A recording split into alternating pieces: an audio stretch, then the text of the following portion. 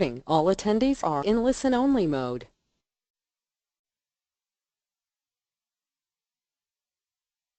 Okay, good afternoon, everyone. Welcome to the Society for Wetland Scientists August webinar. My name is Jeff Trulich, and I'll be your moderator today. We have a great turnout for today's event. I'm looking forward to announcing the topic and presenter for our September webinar later on in the program. The SWS webinar program has proven to be a great addition to our membership benefits list. I'm excited for the opportunity to provide our members with more great educational content as we move through the remainder of this year.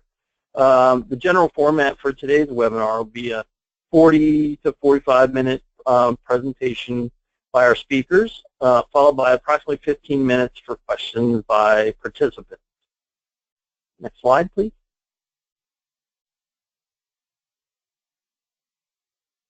Okay, first we'll start with some housekeeping items. Just familiarize yourself with the GoToMeeting screens. There's an attendee control panel on the side where you control the audio for your webinar by using your telephone or your microphone and speakers. At any time during the presentation, you can type your questions in the questions pane that's over there. That would be helpful for us to keep track of the questions for the end. Our presenter will be asking questions at the end. I want to note that all phone lines are currently on mute to cut out background noises and distractions during the presentation.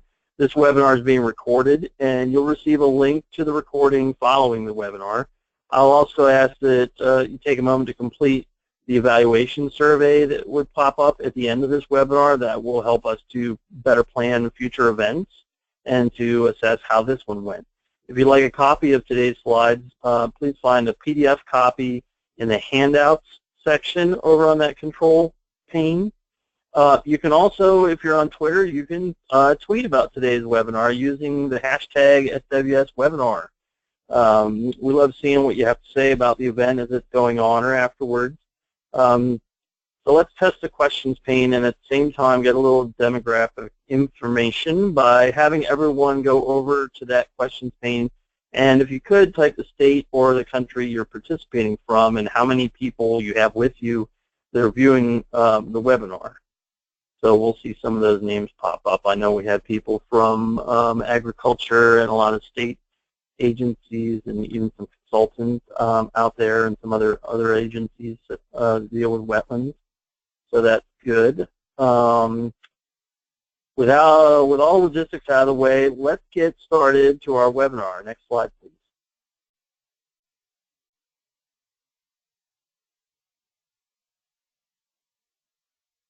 Okay, our presenters for today's webinar are Ms. Jeannie Christie and Marla Stelk. Jeannie has been with ASWM since 1999 and Executive Director since 2001.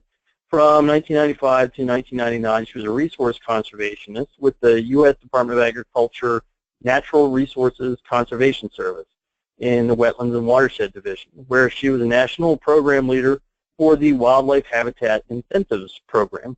She worked for the U.S. Environmental Protection Agency Wetlands Division from 1988 to 1995, moving from the staff level to a section chief to an acting branch chief.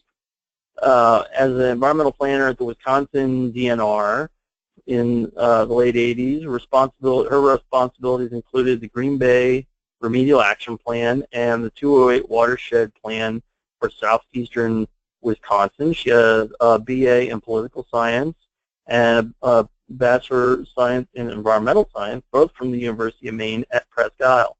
Jeannie is the 2007 winner of the National Wetlands Award for Education and Outreach. Our co-presenter today is Marla Stelk. Marla Stelk is a policy analyst with the Association of State Wetland Managers. She's been their project leader for 2 U.S. EPA wetland restoration grants and coordinates the Wetland Restoration Work Group. Marla coordinates and moderates the Wetland Mapping Consortium and the Natural Floodplain Functions Alliance webinar series. She is also the association's communications team leader and editor of the Wetlands Breaking News. Marla comes to ASWM with a strong professional background in environmental issues, stakeholder engagement, facilitation, special events, and communications.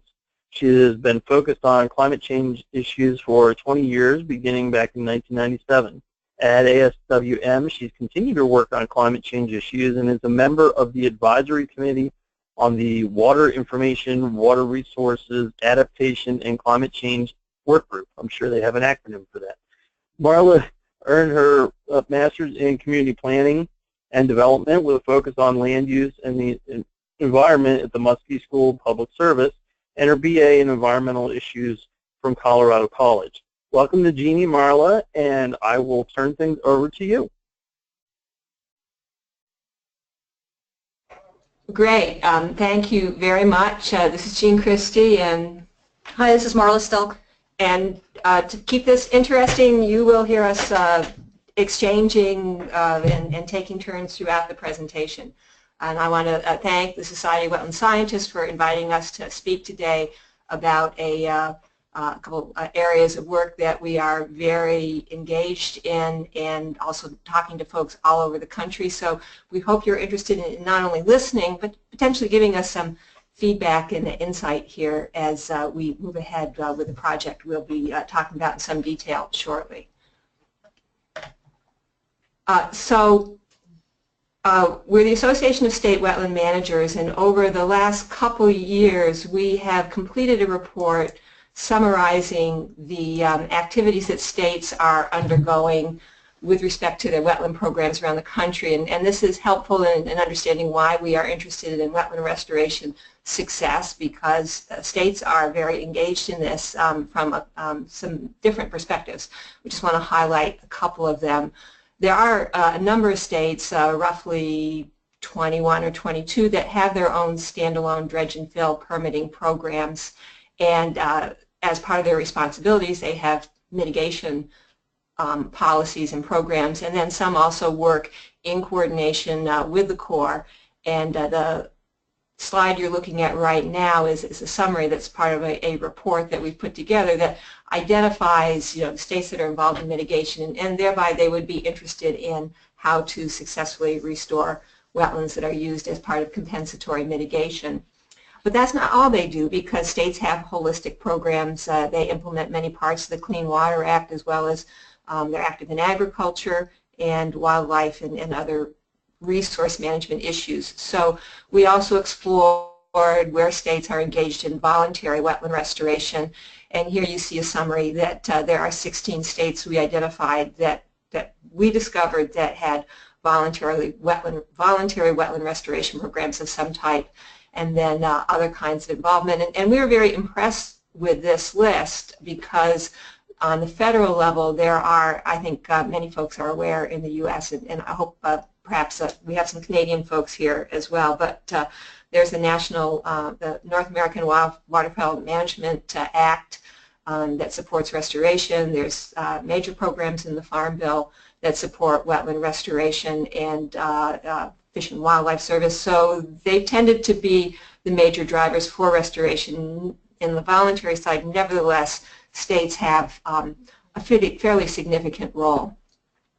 And in addition to that, states, particularly in the last decade or so, have been doing a lot of work to investigate how to identify and measure and evaluate wetland health. For folks that have been working in wetlands over the decades, you know that 20 years ago, 30 years ago, we really focused on the number of acres being lost. As we've addressed that issue, the health of the wetlands has become important.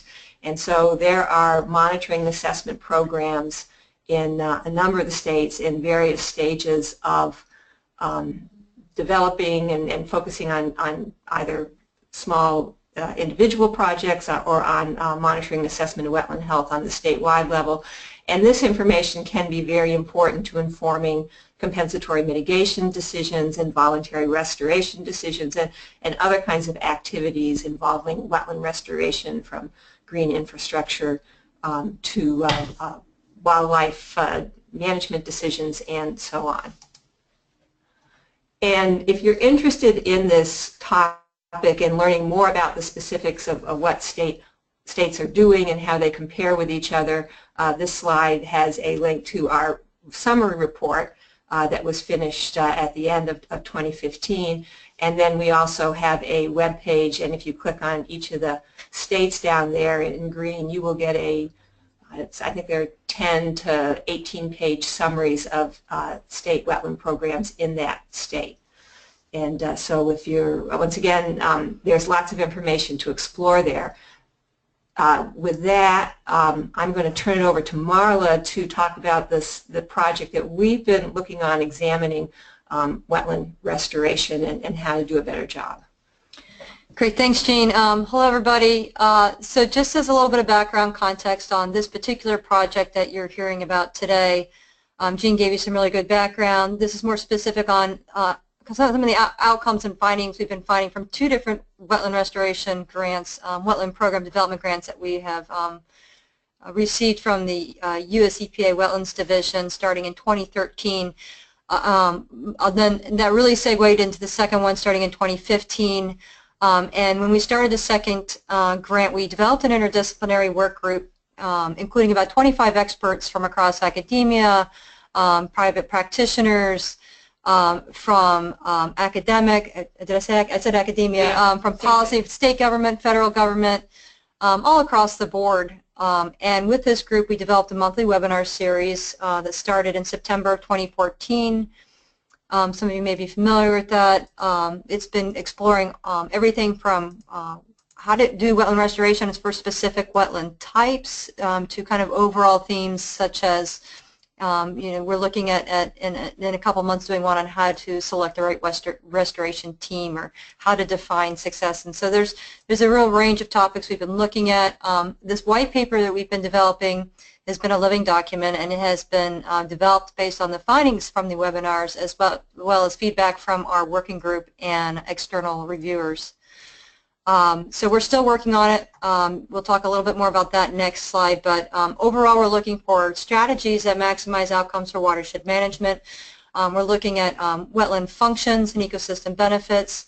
We're looking at what climate change is what kind of a wrench that's going to throw into all of this, and we're ultimately looking for ways to improve permit applications and review to get more good projects on the ground.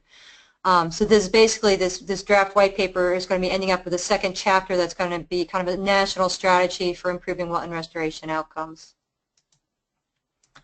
So this white paper that I referred to you is available on our website. That's the link for it at the bottom of this page. There's also a link for more information on our wetland restoration project. You're welcome to download it. Please understand it's still a draft, it's a living document, but we are more than happy to get your feedback on that. And if you're someone who's involved in policy and who is interested in contributing to Chapter 2, which is really going to be how do we get the recommendations implemented and by whom, please contact Jean Christie. And we'll have our contact information is on the slide. Yeah. Okay, this slide just shows you again where our Restoration Success Project webpage, kind of how the distribution of our webinar participants has been laid out. There's links for future webinars and then all our past webinars recorded, and there's a link for that too. And we post-process them so that the sound quality and all of it is good. Mm-hmm. So for the primary challenges in this white paper that we've identified over this past couple of years, there's 9 of them. You can read them here. I'm not going to read them off the screen for you. And then what Jean and I are going to do now is we're going to unpack each one of these for you a little bit, so you kind of get a little bit more information, and then we'll summarize everything towards the end. And take questions. Yeah. So and I think many of these challenges that we identify are not going to be something new for many of you. So we are going to be covering ground that has been covered in the past and still needs work. So first of all, how we identify and measure success is problematic, and it's historically been pretty qualitative and a lot of reliance on vegetative indicators. And so many of the presentations, the advice of our work group, presentations in the webinars have identified that having good performance goals is very, very important. And so, I mean, not surprisingly, our general recommendation is that we need to develop clear goals that are appropriate and quantifiable. And in wetland restoration, there has been a push to sort of get to what in classic sort of community, ecological community speak, as it were, is to get to the climax wetland in a very short period of time. And we think that this leads to some problems, so that developing goals or rather performance standards that are indicative of a succession of improvement over time, maybe focusing first on hydrology and then soils and then vegetation in some cases, are the kinds of areas that we think merit further exploration and research and incorporation into projects. Okay, the second one is an insufficient monitoring and performance criteria, and Jean just kind of highlighted some of this, but basically, as she said, there's a lot of program regulations and guidelines that restrict monitoring times to assess project performance to 3 to 5 years, which is much shorter than we really need in reality for natural succession to take place. There's often an inadequate characterization of pre- and post-restoration hydrology, vegetation, and soil conditions, which leads to design mistakes. And then reference wetlands, you know, they may not even exist in your area, and it's tricky because they're always going to be head of your project site in succession, so it can be tricky to use them.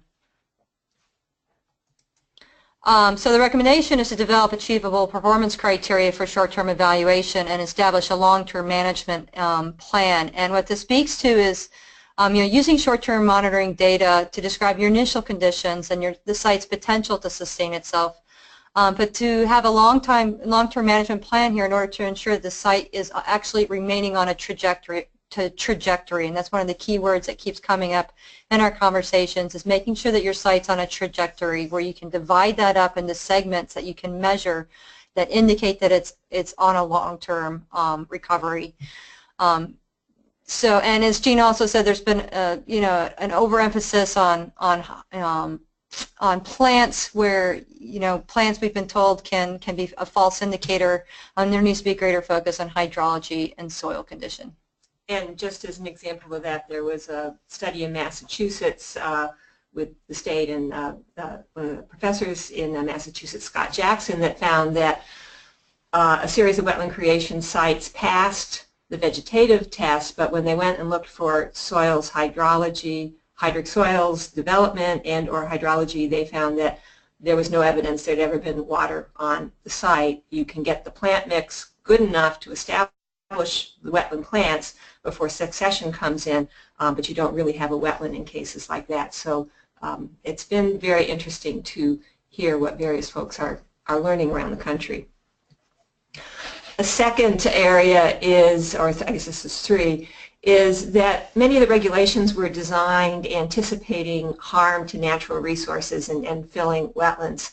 So a problem is that how you would address a project where there's wetland loss involved and it has to be, you know, do compensatory mitigation is different from where you would have a project where the goal of the project is to restore wetlands, and yet the same sort of compensatory requirements might be included.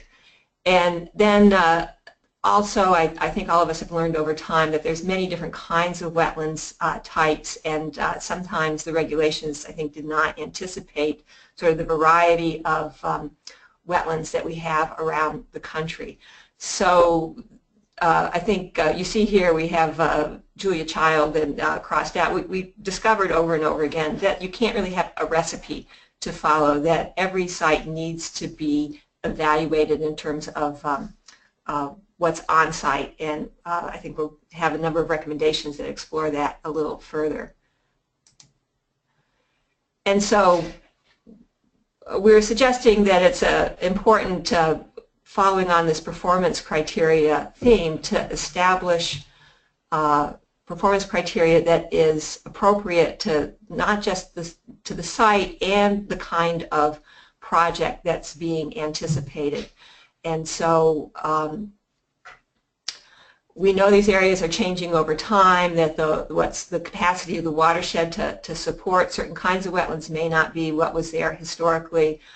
There are some projects that are restoration projects directed to certain specific kinds of specific functions or values for that wetland, and so it becomes a really complicated area to address, and being very clear on what's appropriate and what's appropriate under a project that where one area is being destroyed and another area is being restored to address that loss is different from when you're doing the restoration on site, so that compensatory in-kind, compensatory mitigation, or mitigation at all maybe is not what's needed for those kinds of projects.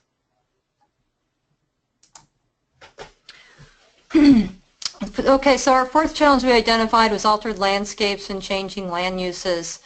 In general, we've heard comments that there's been a lack of consideration of the historical, current, and future land use in project designs, and this can have tremendous implications for your project. People aren't looking at closely enough at drainage, at soil condition. Streams and rivers have been so severely modified that the hydrology on the site can be completely altered. And folks aren't necessarily looking at future land use and land cover trends.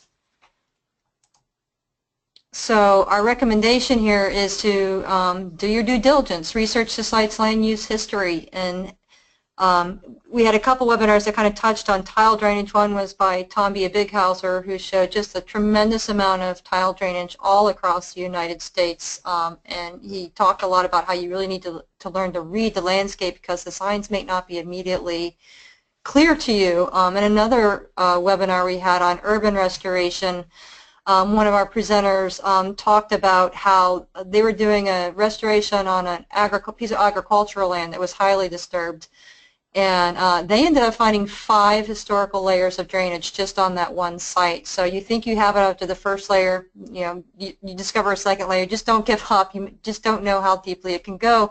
So you need someone that's kind of expert in reading the landscape to help you with that oftentimes. And use historical trend data in order to try and have a better idea of what might be coming at you, whether it's for development or land cover or climate change for that matter. Things are changing, so be able to have some kind of a forecasting ability on what to prepare for. And we've had quite a bit of discussion about what you're restoring to, whether you can go back to pre-European settlement or you're going back 50 years, and can you establish a baseline, and is that baseline even possible given the location of the wetland restoration. And what's your highest attainable potential, highest achievable performance? And we expect many more invigorated debates about that issue going forward. So it's a great topic. The way that we organize and understand the world can facilitate or hinder our understanding. And I think looking back at compensatory mitigation, initially, at least at the federal level, the whole focus was on wetland restoration. And when you did compensatory mitigation for streams, you actually initially did wetland restoration. And now in, I think, the last decade and a half, stream restoration has become very important. But they still historically have been addressed as different disciplines when, in fact, I think increasingly we recognize that streams grade right into wetlands and wetlands in floodplains, so that we need to move ahead and start looking at, well, I guess I can't get to the solution, I'm on the problem. So this is an issue that we've got scientists that are excellent and practitioners that are excellent with wetlands, and we have folks that are really excellent with streams, and when we try to bring them together, there are some challenges right now. And so, not surprisingly, we're recommending a more sort of holistic approach looking at wetlands and streams and the watershed as a whole. And we know this is challenging. We know people have been talking about this for a very long time, and at the same time, we're learning new things. We're developing new tools to be able to do that. Just as an example, in stream restoration, or rather in wetland and stream permitting, mitigation banks have in the past been either for wetlands or for streams, and yet sometimes when you do a good stream restoration, you suddenly end up with a lot of acres of wetlands that are immediately adjacent to the stream. So can we change how we deal with these issues so we can incorporate, broader improvements and solutions. And that's an area that we want to find and identify action items to try to make progress on. Okay, the sixth one is underestimation of restoration costs. Often we have heard anecdotally that particularly the pre- and post-construction costs are frequently underestimated. This can be due to either inexperienced estimators or designers. It can also be due to pressure to come in with the lowest bid so that you get the job. There's pressures to reduce anticipated costs. There's very little information also for folks to compare restoration costs from a similar project to another similar project, which is also can be very useful.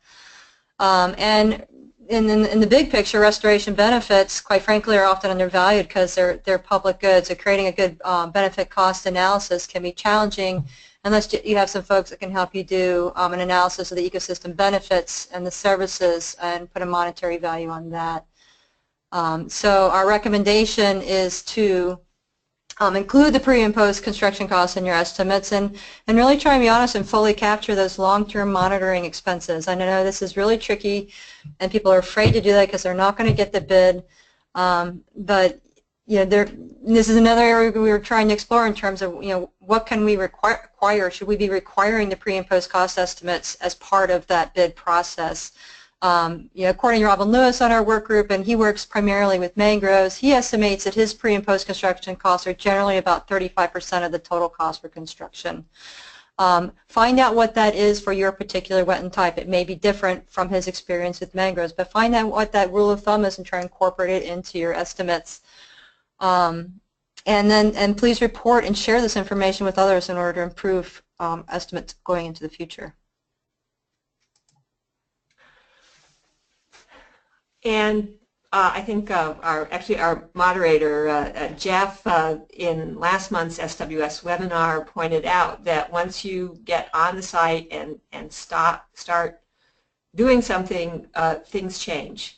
Once you dig and find out what's actually happening in the soil, which you couldn't potentially see before you started the project, things turn up. So there is a lot of investigation that is needed pre, during, and post, and we find a real desire, once again, for there to be a recipe that folks can follow, that if they do A, B, C, and D in order, they will, like baking a cake, they will have a successful wetland restoration. And it doesn't work that way because of all these issues that can be unique to the site. And as a result, a lot of times folks don't plan to adapt, and this can affect cost estimates. It can affect the success of a project over time. So our recommendation is that folks should plan to adapt, and there should be a presumption that that's going to be necessary, and that has implications for how the project is carried out, because that means you're going to have an expert in what the plan is and what you're trying to do on site. You can't just turn it over to the folks that are going to do the construction and expect them to follow a plan and expect the plan to work when they get in there and they find out that there's groundwater where there wasn't going to, we didn't plan for it. As Marla said, there's tile drainage going back 3 centuries. There can be all kinds of things that show up. So being able to adapt, and this is true post-restoration too. A hurricane comes through, the landscape changes around the wetlands. So it is important to be able to respond to changing conditions throughout the life of a restoration project. Okay, number 8, lack of accountability. The 4 primary things we saw here is that there's no actual wetland restoration certification program from what we have found. And we've talked to a lot of people and Society of Wetland Scientists, and there's no official wetland restoration certification program. So that's something we've been talking about working on. Monitoring assessment reports rarely result in revisions or changes. There's a lack of third-party monitoring as well, which isn't necessarily always bad, but it can be helpful if you have that available. And from the information, available, it appears there's rarely any penalties for poor performance. For an example, if an engineer builds a road and it fails, there's consequences, but there's no similar consequences for a failed restoration. So how do we're not talking about bringing in the wetland restoration police here, but how do we ensure accountability, or better accountability with our restoration projects? While many practitioners will actively develop their skills and improve their practice over time, others aren't going to, because there's no consequences for failure. And because the information to refine and improve their skills is hard to access or unavailable. So the recommendation is to require documentation of credentials. If regulatory agencies provided a method of assessing competency, such as pre-certification for qualified wetland restoration practitioners and designers, and a list of credential requirements for applicants to use in selecting qualified experts, that could go a long way. Agencies could develop a list of the kinds of training or expertise that should be demonstrated in terms of designing and carrying out restoration projects. For example, the Montana DOT utilizes such a checklist, and they've found it to be extremely helpful. You could require proficiency in providing hydrographs of baseline hydrology and hydrological targets, and require as-built plans of the completed project to use as baseline monitoring. And federal and state agencies can provide monitoring incentives, and mitigation aids are better in some respects, because they don't give out the credits until they're proven performance.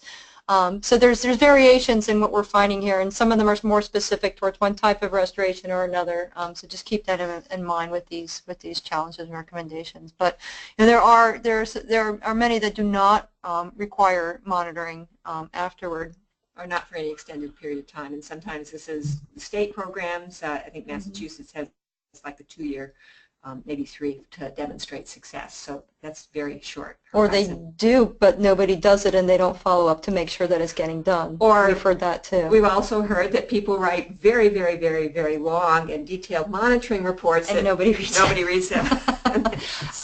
So, I mean, we know there are people. You may be living in the area and you're going like, wait, that's not what's happening here. We are being held accountable, or there are requirements in place, and we know that that's true. The challenge is that it's uneven across the country, and that's what needs to be addressed. So, is it a certification program? Is it better informing folks about what sort of expertise somebody should demonstrate before they're hired? Is it checklists? There's probably a number of ways to achieve this, but it's an issue that has been brought to our attention over and over. And I keep telling Marla that I could go hang my shingle out and say I'm a wetland restoration expert, and the poor guy that's never hired anybody before, man or woman, they aren't really going to have any way of knowing whether I know what I'm doing or not.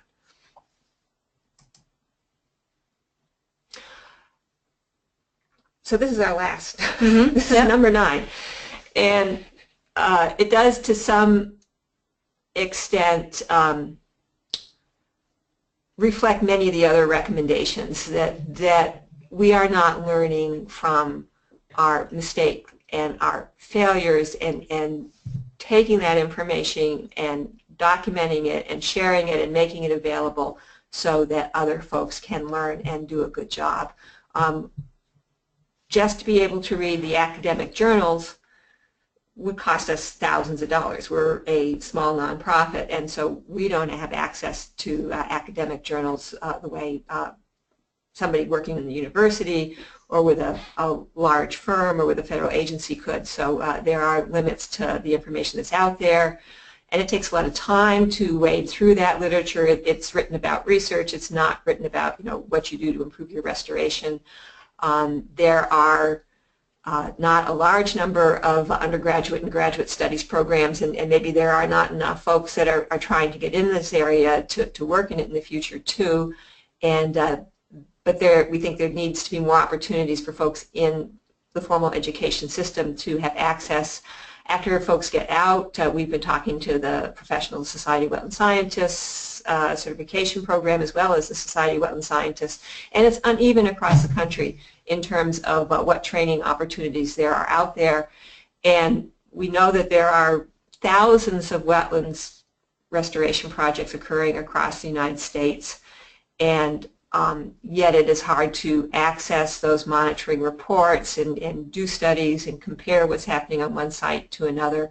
And there's enormous opportunity to learn from what people are doing currently and then take that and make the information broadly available. I think what we have heard, well, the last thing I'll say is that there's professional silos too, that there are folks that are soil scientists and hydrologists and wetland professionals, and some projects are pretty complicated and they need folks working across different professions, and that's not always easy even when there's a willingness to work. People have different languages almost they speak sometimes in terms of talking about these issues.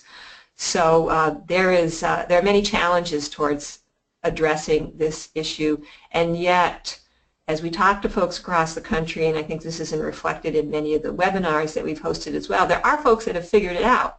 You know, we do know, or individuals or groups do know how to address and successfully overcome the list that we just went through, but it's not broadly available to everyone that wants to work in this area.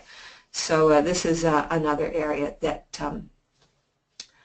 needs to be addressed, and obviously the way to try to move ahead with this is to provide opportunities for people to learn from what other folks are doing, to be involved in training on a whole series of issues from, you know, understanding plants and soils and hydrology, or at least knowing what you don't know and what kind of expertise you need to have a successful wetland restoration program. And there are many agencies, federal agencies, that are providing some training in this in various areas that are needed. There are, like I said, there are folks that are doing this well and others that are not. And I'll just, we've just been running a soils hydrology training series, and we, through these webinars, had been identifying that a lot of folks lacked any training in hydric soils or very much, or a refresher course or anything like that.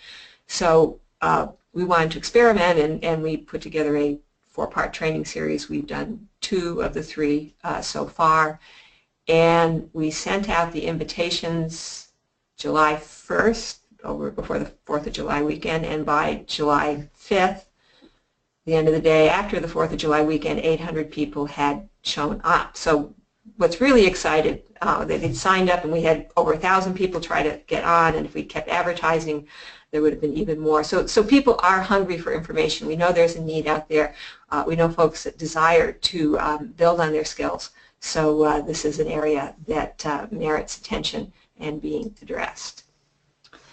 Okay, so some of these other bigger issues came up as well during our discussions with our work group and with others, and these are being addressed in appendices in our report because they just kind of filter through everything. The first one being climate change, which, as I alluded to earlier, is really just making restoration a moving target in many ways. And so trying to find ways to deal with the changing climate and what that means in terms of mitigation, what that means in terms of voluntary restoration, site selection, and what to expect that can actually grow on your site, quite frankly, or what's going to be living there.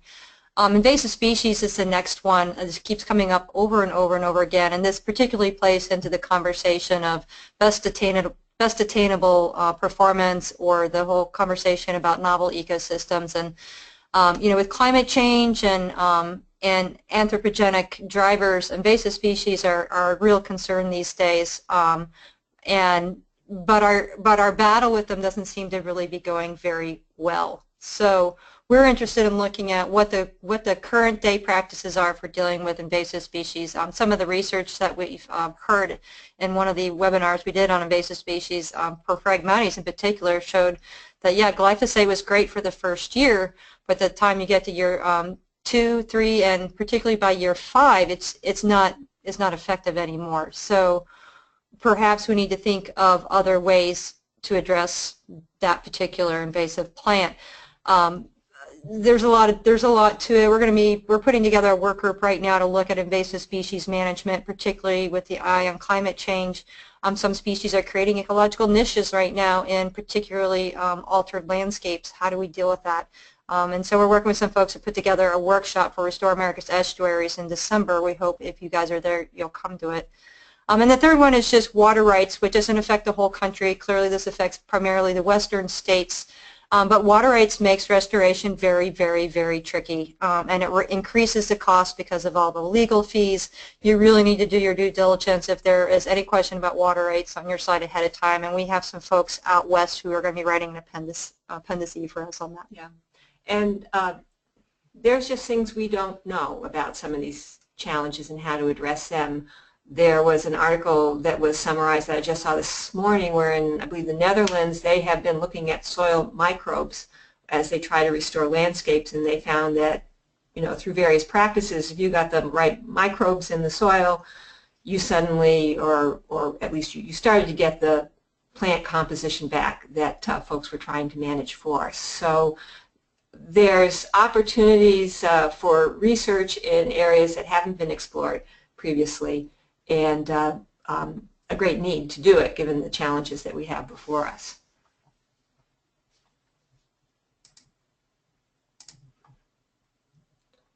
Okay, I'm doing the next step.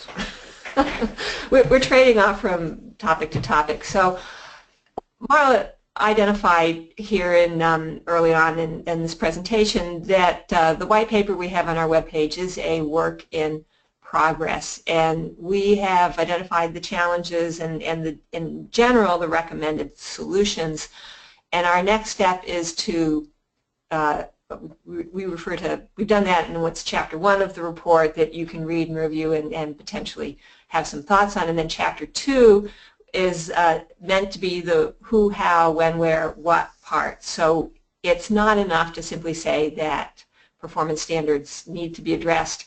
We need to figure out who can help do that, whether it's in the context of the Section 404 dredge and fill permitting program, research programs, state programs, or voluntary restoration programs, other ways of addressing it. And we are planning over the next 2 or 3 months to reach out and talk to folks around the country about how do you actually get from having identified the challenge and the broad recommendation to that series of actions that will result in change. And when we finalize this report, we will populate a national strategy in Chapter 2 for addressing the challenges and the broad recommendations that are in Chapter 1. Okay, and this is just a brief list of resources that we've developed over the life of these past 2 wetland program development grants. First is a wetland restoration bibliography that you might find useful for some resources. The second one on here is the draft white paper that we've been talking about for you to check out. The third one is a report that I worked on in 2015 on ecosystem service valuation. Basically, it's a primer on what it is and how you might use it in a wetland restoration project.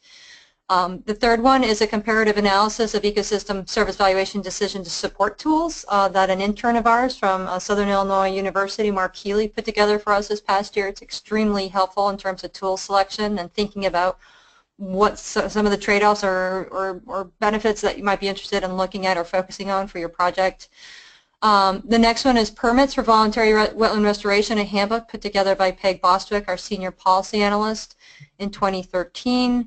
Voluntary restoration of wetlands, complex issues in the regulation, that was also put together by Peg. And then we developed a whole series of restoration web pages under the science tab on our homepage. If you click on the science tab, you'll see something on restoration, and there's a series of different pages now available as a resource for people.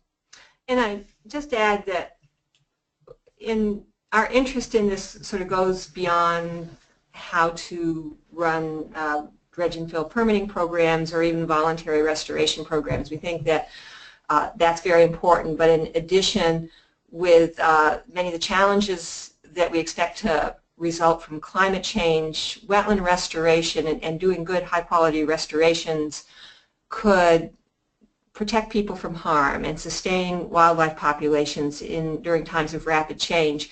And so there may be opportunities in the next decade or two for there to be substantial investment in wetlands restoration in order to address some of these issues. But we've got to be able to do it successfully to get the wetlands to perform and achieve the results that we all want to achieve, or else folks will revert back to some of the more of the gray infrastructure and the traditional solutions. So the potential for having successful actions to address many of these issues goes beyond, at least in our mind, sort of I'll focus simply on compensatory mitigation or voluntary restoration itself.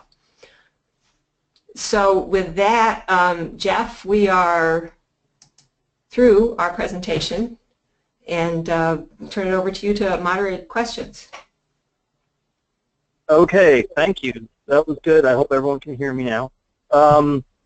Very informative, lots of good information and analysis and summaries. I've got a series of questions or statements coming up that all relate kind of back to improving the practice, improving the back and forth between agencies and project proponents and whatnot.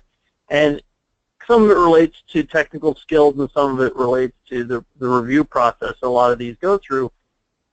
There was a National Academy of Sciences report in 2001 about the state of the practice for compensatory mitigation. I kind of see that related to voluntary restoration as well. And I didn't know if you two could kind of give us maybe some feel-good moments on whether we've improved things since then. That was 15 years ago. So do you feel that both the public sector and private sector have kind of responded to some of these issues they brought up in 2001, and we've improved things greatly or moderately, or is it related to the scale of the project perhaps? We tried to be very aware of those that have come before us in putting this project together, and in fact we have folks in our work group. Dr. Joy Zedler was, I think, the lead author in that report, and we checked back in with, there was even an earlier report, Cussler and Cantula, Wetlands Creation, Restoration, Status of Science, and we actually had a webinar where I think it was last December, where Marla and I kind of went over some of this information, such as it was at that point in time, and we asked Mary Cantula and some others to reflect on, are we making progress? And the answer is, I guess it's yes and no. If you go back to 1990-91 to the Wetlands Creation, and again in 2001, you see many of the same challenges listed, maybe organized differently or stated differently, but they're still there. However, they were very big challenges back then, and they're very big challenges now. So Mary was saying, well, she thinks in retrospect we were a little naive in 1990 and 91 in terms of how complicated this was to address. And we are much wiser, sort of sadder but wiser now. So we are making progress, and at the same time there's so much potential to do more. Like I said earlier, we do know how to address many of these issues, or somebody does, and so I think the challenge is figuring out how to make that part of the practice and available to everybody.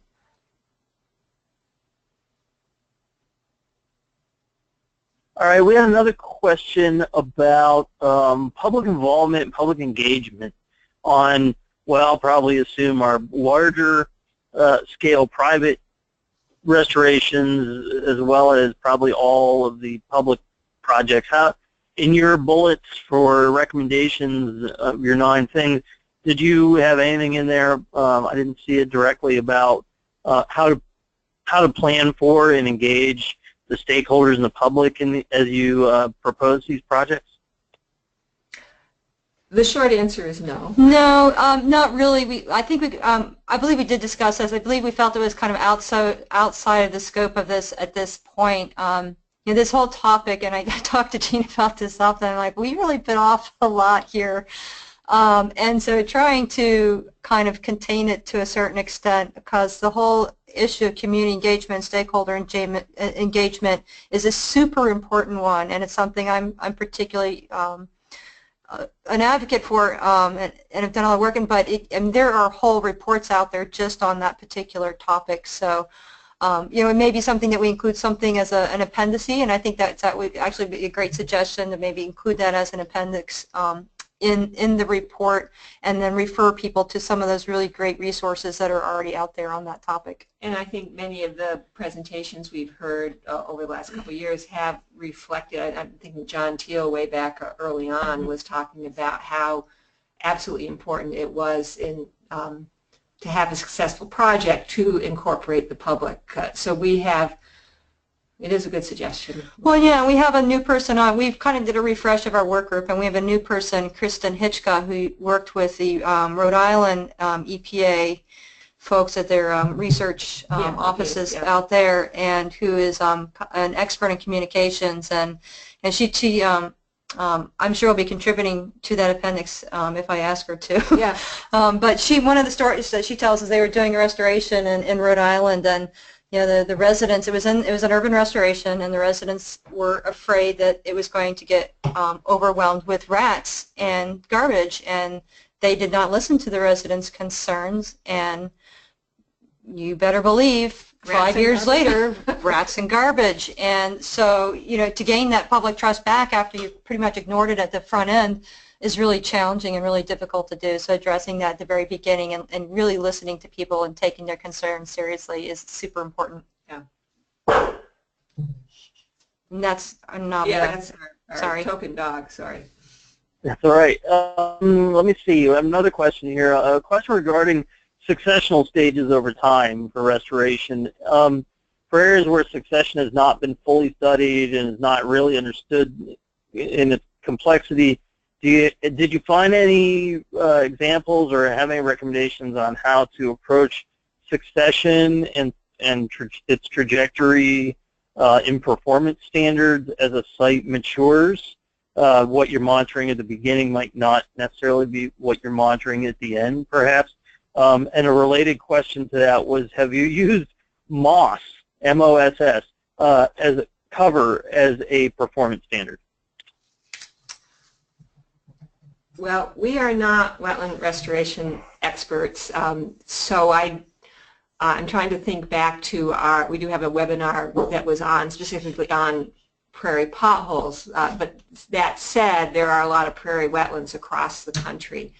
And what I remember from that presentation is there was acknowledgement that invasive species are a huge problem in prairie potholes in particular. I mean, it hasn't been as big an issue, but they were saying that if you're going to be restoring in the prairies, that you really have to have your invasive species plan as part of your early planning, because it will be an issue.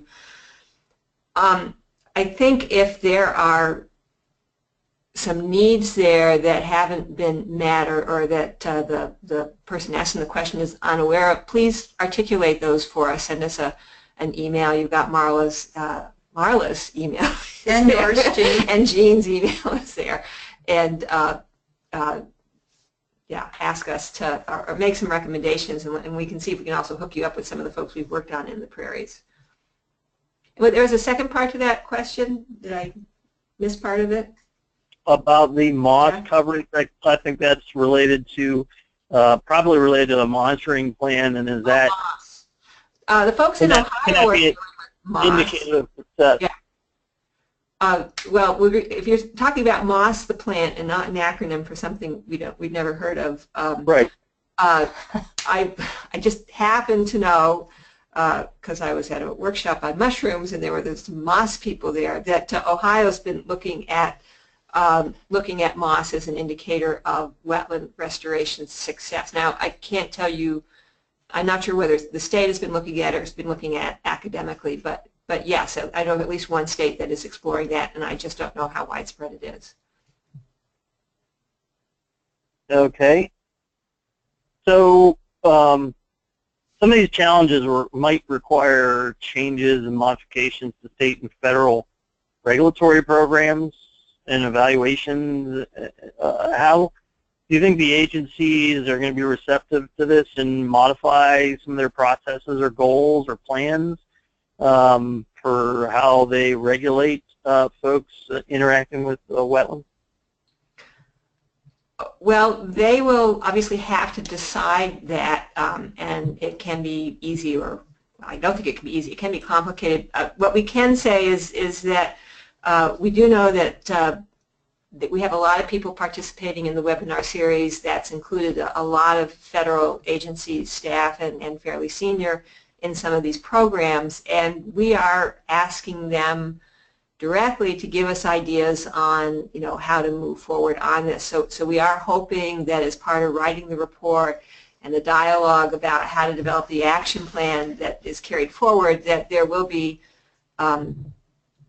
some opportunity to if we've articulated the issue, to maybe have them get engaged in helping to identify the solution. So until, we have no control, obviously. It's a little nonprofit, but we hope that it will. And some of these agencies have already started making changes based on watching our webinars and reading our draft white paper, and they've called us and said, yeah, we are making some changes because of the stuff that you guys have been finding out and highlighting. So that's been really encouraging, and a lot of those folks are the ones that are going to be helping us either write or review Chapter 2, which is going to be identifying particular agencies and folks who can implement the actions needed to carry out their recommendations.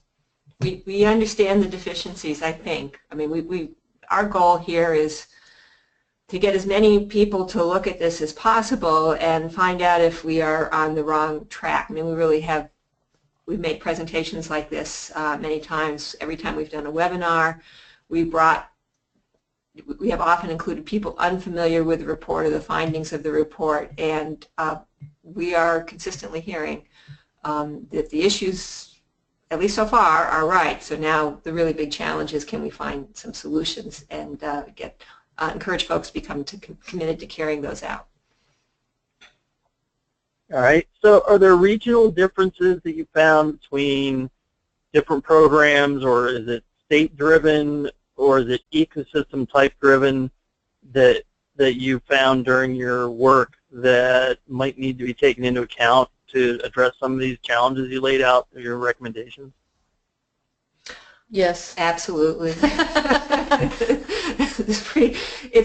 So, for example, let's just take invasive species. When we had folks talking on the Atlantic coast, if you got the hydrology right with just how strong tidal influence is in defining a community, you really over time did not have an invasive species issue. We just talked earlier that it's a big issue in the prairie potholes, and I think any of the folks listening that have participated in the changes in how the wetland delineation manual started from a national to a regionalized series of manuals understands that there are inherently different. All of these recommendations will probably need to be. And actions follow-up will need some degree of accommodation to regional differences. All right, with a couple of minutes left, I think we're going to have to thank you for your good information and your report, and hopefully it makes an impact out there on the landscape. Could you want me to go to the next slide, huh? That'd be awesome. Okay. Okay, so our next webinar in September will be by Dr. Mary Cantula. She's a wetland ecologist with US EPA, and it'll be on the highlights and overviews of the 2011 National Wetland Condition Assessment and the upcoming 2016 Wetland Condition Assessment. So if you're around on September 15th, feel free to participate in that. Next slide, please.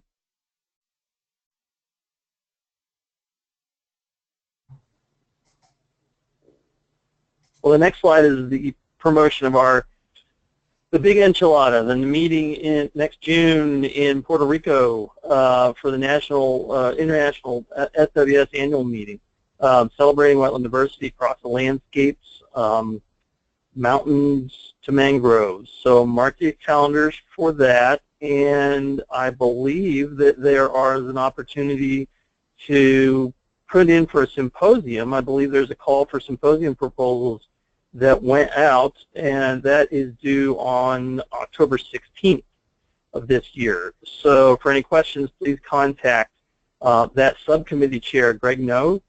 If you have an interest in leading a workshop at the annual meeting, the workshop proposal deadline is also the 16th. So please contact the workshop committee chair, Kurt Phillips, with any questions. Again, I'd like to thank Jeannie and Marla for taking time out from your busy schedule and present this SWS webinar. I'd like to thank the great audience with some of the great questions and comments that we were able to capture in the questions box. And we look forward to your participation in the September webinar.